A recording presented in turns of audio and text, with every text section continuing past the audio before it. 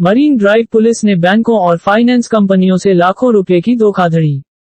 Marine drive police ने बैंकों और फाइनेंस कंपनियों से लाखों रुपए की धोखाधड़ी करने के आरोप में एक इंजीनियर को गिरफ्तार किया है। सचिन बिल्लूर उच्च शिक्षित है और उसके पास से अब तक 89 लाख रुपए कीमत की 23 गाड़ियां जब्त की गई हैं, जिनमें 7 कारें और बाकी दोपहिया वाहन शामिल हैं। बिल्लूर जाली दस्तावेजों के आधार पर बैंकों और फाइनेंस कंपनियों से कार लोन लेता था और कुछ किश्तें चुकाने के बाद बिल्लूर फरार हो जाता था। जब बैंक के रिकवरी एजेंटों ने उसके पते पर उसका पता लगाया, तो उन्हें पता चला कि यह सब फर्जी था। बाद में वह इन कारों को आधी कीमत पर बेच देता था। पुलिस को ये भी पता चला है कि जब्त किए गए वाहनों को संशोधित कर उन पर फर्जी नंबर प्लेट लगाकर इस्तेमाल किया जा रहा है। बाइट प्रवीण मुंडे, पुलिस उपायुक्त परिमंडल 1। मरीन ड्राइव पुलिस स्टेशन में आज हमने एक गुना दाखिल किया है, जिसमें 2 नवंबर को भारत और श्रीलंका के बीच हुए क्रिकेट वर्ल्ड कप मैच में स्टेडियम के बाहर झूठे बनावट प्रिंटेड कलर कॉपी टाइप के टिकट्स जो है वो बेचे गए थे। उसमें करीबन जो कंप्लेनेंट और उसके साथ और 6 लोग, 7 लोगों को 28,000 में 10 टिकट बेचे गए थे। जब ये लोग टिकट स्कैनिंग मशीन के पास अंदर जाने के लिए पहुँचे, तब ये पता चला कि ये टिकट जो है वो झूठे हैं, बनावटी हैं।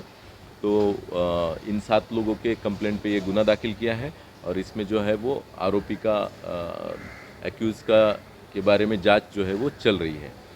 मैं सभी नागरिकों से, प्रेक्षकों से निवेदन करूंगा कि स्टेडियम के बाहर अगर कोई टिकट बेच रहा है तो आप सावधान रहिए, आपको झूठा टिकट बेचा जा सकता है। ऑफिशियल अधिकृत सेंटर्स जो है वहीं से आप टिकट खरीदें।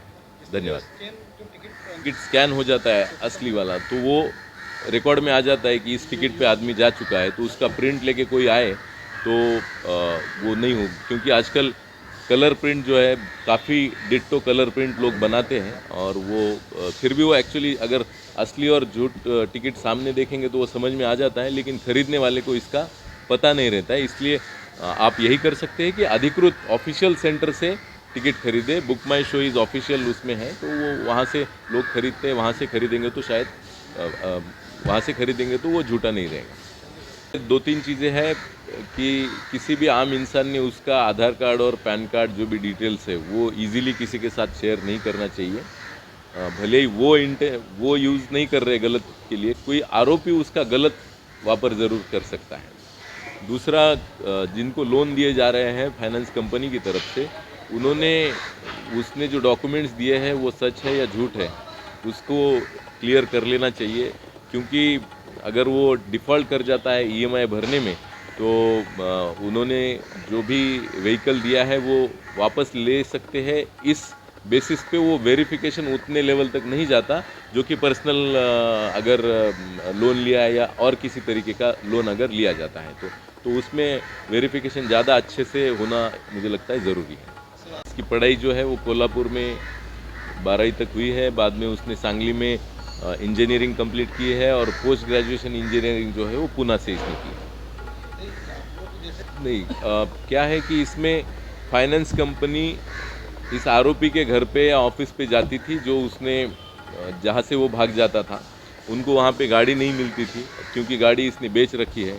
ना आरोपी मिलता है ना गाड़ी मिलती है, और आरोपी ने जिसको गाड़ी बेची है उस आदमी को तो ओरिजिनल डॉक्यूमेंट भी मिलते हैं और उसने पैसा दे दिया रहता है, सिर्फ उसके नाम पे गाड़ी नहीं हुई है, तो वो गाड़ी अपनी यूज़ किए जा रहा है। तो वो गाड़ी कंपनी को मिलने का कोई ज़रिया नहीं है, क्योंकि सब गाड़ियों में कोई जीपीएस तो लगा हुआ नहीं है।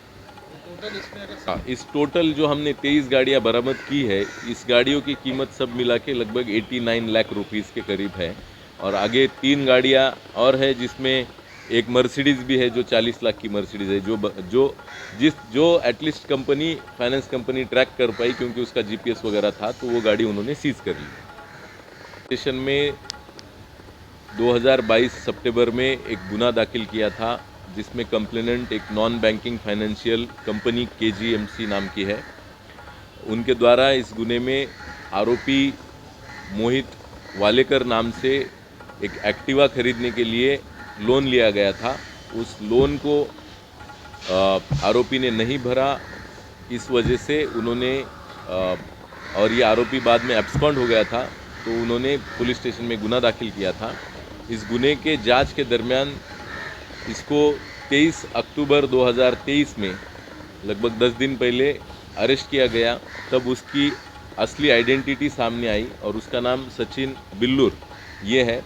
इस आरोपी को अरेस्ट करने के बाद कस्टडी के दरमियान जब तहकीकात की गई है, उसमें उसने इसी मोडस से, इसी तरीके से लगभग 23 गाड़ियाँ विविध कंपनियों से, बैंकों से, फाइनेंस कंपनियों के लोन के आधार पे ली है और वो अलग अलग जगहों पर बेच दी है। तो इस लास्ट 10 दिन में उससे लगभग ये हमने 23 गाड़ियाँ अभी तक जब्त की है। इसके अलावा 3 और गाड़ियाँ हैं जो जब्त होनी है।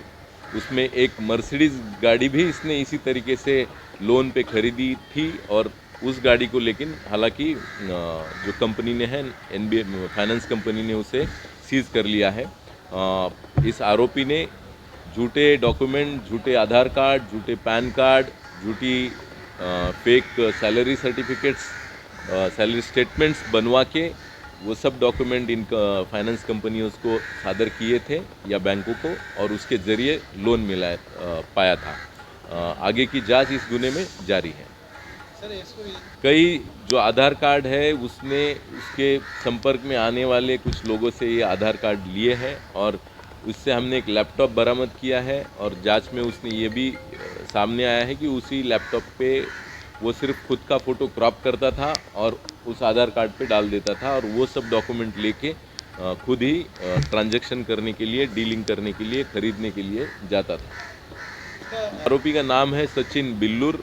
ये इसकी पढ़ाई जो है इसने बीई किया है और बाद में पोस्ट ग्रेजुएट एमई भी किया है और उसके बाद उसने 2013 तक कई सारे जॉब किए हैं। इसकी उम्र लगभग 49 साल है, 49 ईयर्स है। 2013 के बाद इसको जॉब नहीं थी, तो उसके बाद 2019 से 23 तक इसने ये लगभग 23-26 गाड़ियाँ जो है वो ली है और बेच के उसका कंपनियों को फंसा के पैसा कमाया।